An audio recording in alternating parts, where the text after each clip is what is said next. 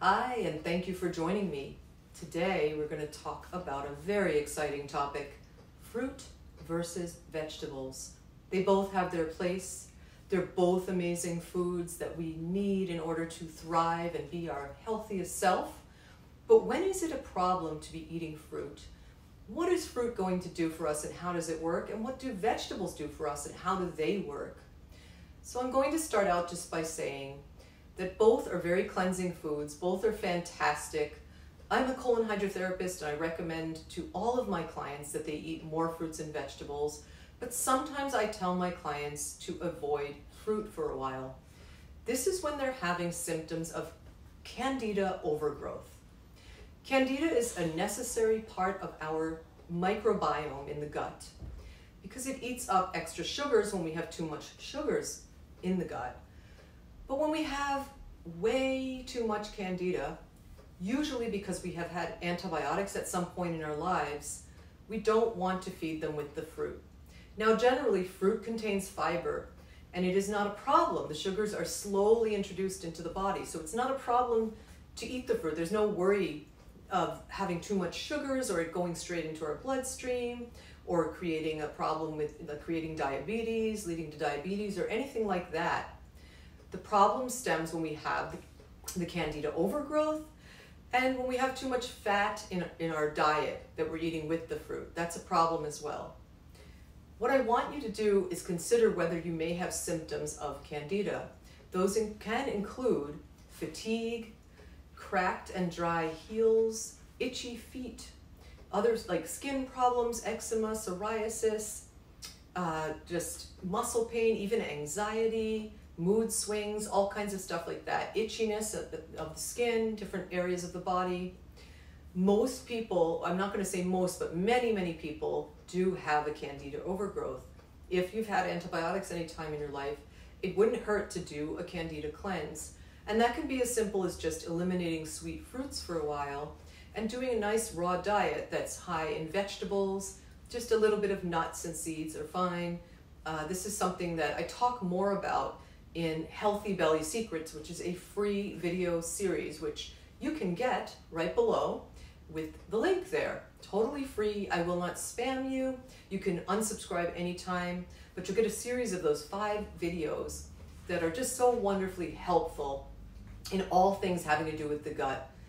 It's really important to follow different ideas about foods when you have something like a candida overgrowth.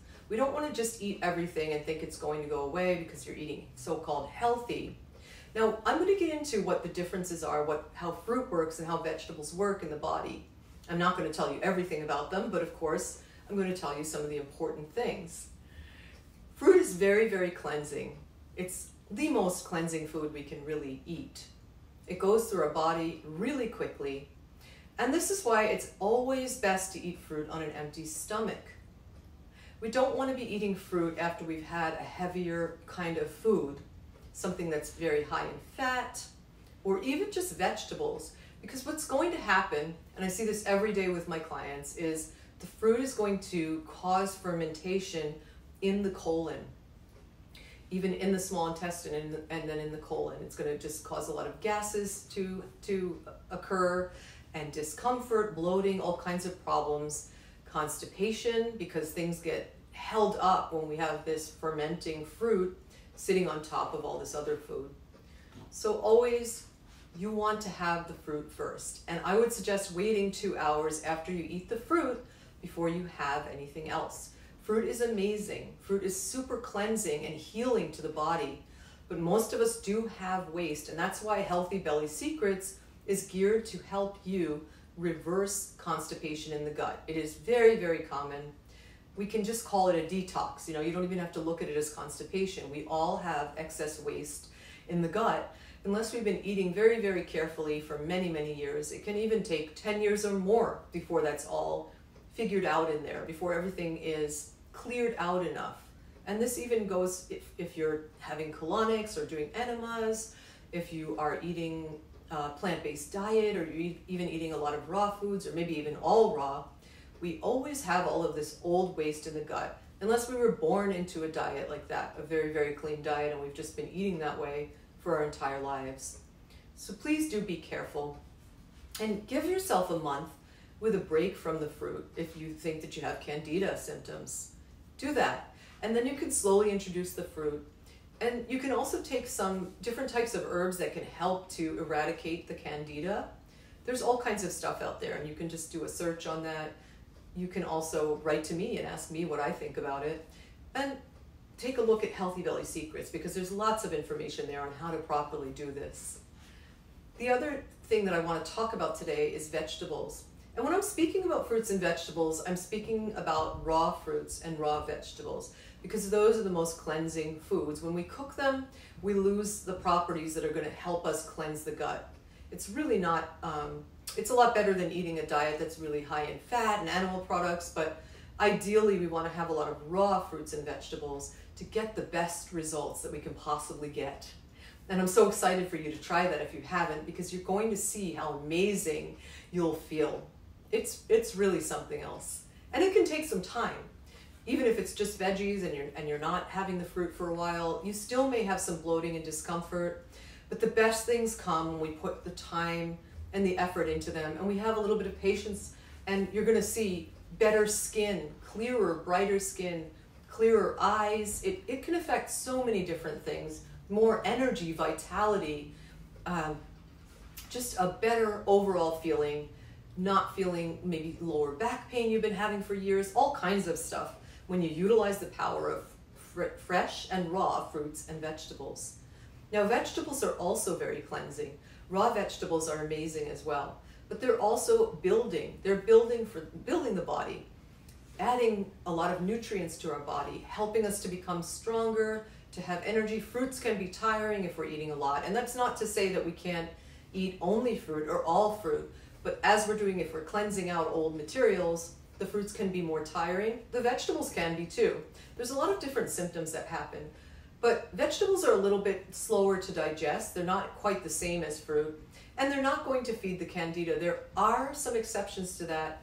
Corn, it's not really considered a vegetable, it's considered more of a grain, but some people do consider it a vegetable. So that's something you'd want to avoid when you're dealing with candida and you're wanting to cleanse it. Same thing with beets. They're very, very sweet, and you'll have to sort of see with other things. You can probably have a little bit of carrot, no problem, but maybe it is too sweet for you. You would have to see. When it's raw, it's actually a lot more easy to deal with. If you were to have cooked carrots, that may be a different story. Same thing with something like sweet potatoes and different types of squash. You'd really have to see. And I would err on the side of caution if you're dealing with candida. I would really go for as many greens as possible, even just doing green smoothies, savory green smoothies with no sweet fruits. And you can include some fruits in the diet when you're doing this, including tomatoes, avocado, cucumber, and lemon. By the way, fruit, even though it should be eaten on its own, is completely fine to have along with greens, as in a green smoothie, if you were to blend them together with a green smoothie. Those work together just fine in our digestive tract. It's other things that we want to avoid when we're eating fruit. And I would also recommend that if you've eaten fruit on a particular day, and then you have something else, which is a non-fruit item, even vegetables, it doesn't matter what it is, I would wait until the next day before having fruit again. Because candida, constipation, all of these problems that happen are not from the fruit themselves, but it becomes a problem when we're mixing them with other foods. There's too much mixing going on. Now, after you've been eating this way a while, you might be able to break the rules a little bit, but that will take some time. And the best way to understand and to know what's going on is to listen to your own body. And the best thing you could do for yourself right now is to check out Healthy Belly Secrets, my free video series. Just click the link down below to grab it.